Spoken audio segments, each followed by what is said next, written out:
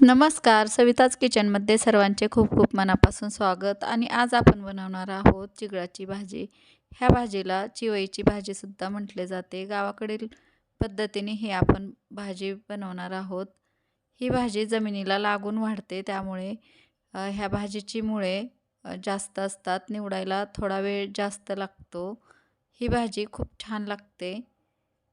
आणि जाड काड्या काढायच्या त्याच्या आणि कोवळ्या काड्या घ्यायच्या. आता मी कढईमध्ये तेल गरम करत ठेवलं आहे. 2 ते 3 चमचे मी तेल टाकलं आहे, कारण ह्या भाजीला तेल थोडंसं जास्त लागतं. आणि एक बारीक कट करून घेतलेला कांदा टाकला आहे आणि तो चांगला परतून घ्यायचा आहे.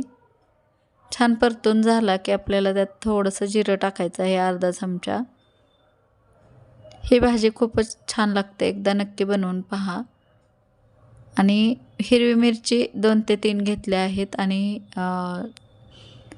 लसूण पाकळ्या घेतल्या आहेत आणि त्याचा ठेचा बनवून घेतला आहे. तर तो मी परतून घेत आहे मध्यम गॅसवर. आणि 2 ते 3 चमचे आत्ता आपल्याला बेसन टाकायचं आहे. ह्या भाजीला थोडासा आंबटपणा असतो, म्हणून बेसन टाकायचं आहे, किंवा आपण शेंगदाण्याचं कूटसुद्धा टाकू शकतो. आणि हे बेसन चांगलं परतून घ्यायचं आणि स्वच्छ धुवून घेतलेली भाजी निवडून घेतलेली टाकली आहे. तर ही चांगली मिक्स करून घ्यायची आहे कढईमध्ये, मध्यम ते बारीक गॅसवर.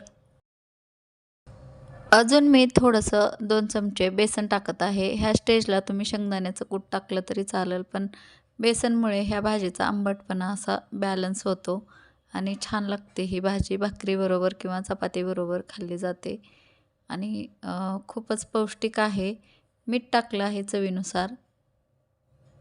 5 मिनिट लागतात ह्या भाजीला बनवायला, पण खूपच छान लागते, हेल्दी असते. चांगले मिक्स करून घ्यायचे आहे ह्या भाजीला. बेसन, मिरचीचा ठेचा, कांदा सगळं मिक्स करून घ्यायचं आहे बारीक गॅसवर. आणि ह्याच्यावर 2 ते 3 मिनिट झाकण ठेवून घ्यायचं आहे. ह्या भाजीला स्वतःचं असं पाणी सुटतं आणि त्याच पाण्यामध्ये ही भाजी शिजवून भाजीचं पाणी सुटतं, त्याच पाण्यात ही भाजी छान शिजून झाली आहे. वरून पाणी टाकायची अजिबात गरज नसते. ही भाजी तयार आहे. खूपच पौष्टिक आहे. उन्हाळ्यामध्ये तर आवर्जून खाल्ली जाते ही भाजी. भाकरीबरोबर छान लागते. रेसिपी आवडल्यास व्हिडिओला लाईक करा, शेअर करा आणि चॅनलला सबस्क्राईब करा. भेटू अशाच नवीन रेसिपीसोबत. तोपर्यंत धन्यवाद.